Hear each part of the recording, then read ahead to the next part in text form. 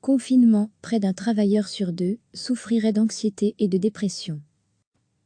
Près de la moitié des travailleurs, 48%, disent souffrir d'anxiété et de dépression, un mois après l'entrée en vigueur des mesures pour lutter contre le coronavirus, ressort-il de l'étude menée auprès de plus de 6500 travailleurs belges par la Q-Leuven et le Service externe pour la prévention et la protection au travail, IDEO. Ce taux grimpe même jusqu'à 56% dans les secteurs cruciaux de l'alimentation et des soins de santé. Les résultats montrent également que les personnes seules et les personnes qui ne travaillent pas en raison de l'épidémie sont les plus touchées par cette crise. L'enquête révèle que 53% des personnes interrogées indiquent avoir eu l'impression d'être constamment sous pression, 41% de manquer de sommeil à cause de leurs inquiétudes. Parmi les autres importantes tendances mises en lumière, on note que 40% des sondés se sont sentis malheureux et déprimés et 26% ont eu l'impression de ne pas pouvoir gérer leurs difficultés. Degré à lire aussi, confinement, la voie de sortie, elle est aussi à l'intérieur, les résultats divergents d'un secteur à l'autre. Par exemple, pas moins de 56% des travailleurs des secteurs des soins et de l'alimentation souffrent de dépression et d'anxiété, alors que dans le secteur de l'agriculture et de l'horticulture, ce pourcentage s'élève à 39%. Si 61% des répondants sont satisfaits de leur travail, ce chiffre est plus faible dans les secteurs de l'alimentation, 49%, des services de secours, 52%, de la logistique et du commerce de détail, 55%. Dans le secteur des soins de santé, ce sentiment résulte de la forte pression au travail et des conditions de travail difficiles, mais aussi par crainte de tomber malade et de contaminer d'autres personnes, selon Dr Lode Gaudry d'IDEO et de la Q-Leuven. Degré à lire aussi, coronavirus, comment faire face à l'anxiété générée par ce confinement ? Au niveau des émotions, plus de la moitié des participants se disent tendus, 52%, et 38% sont anxieux. La situation familiale influence également le ressenti des travailleurs, selon l'enquête. Les personnes seules avec enfants à charge ressentent le plus souvent la dépression et de l'anxiété, 54%, talonnées par les personnes en couple avec enfants à charge, 49%, et les personnes seules sans enfants, 48%. Les personnes en couple et sans enfants obtiennent les meilleurs résultats, 42%. Enfin, 38% des personnes qui travaillent encore pleinement pendant la crise du coronavirus rencontrent des problèmes dans leur fonctionnement journalier, d'après l'étude.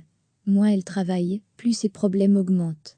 Ainsi, 45% des personnes au chômage temporaire partiel se portent moins bien au quotidien, et ce pourcentage grimpe à 49% chez les personnes en chômage temporaire total. Alors que 62% des personnes qui travaillent encore pleinement se disent satisfaites de leur travail. Recevez chaque matin l'essentiel de l'actualité. Près de la moitié des travailleurs, 48%, disent souffrir d'anxiété et de dépression, un mois après l'entrée en vigueur des mesures pour lutter contre le coronavirus, ressort-il de l'étude menée auprès de plus de 6500 travailleurs belges par la Q-Leuven et le Service externe pour la prévention et la protection au travail, IDEO. Ce taux grimpe même jusqu'à 56% dans les secteurs cruciaux de l'alimentation et des soins de santé.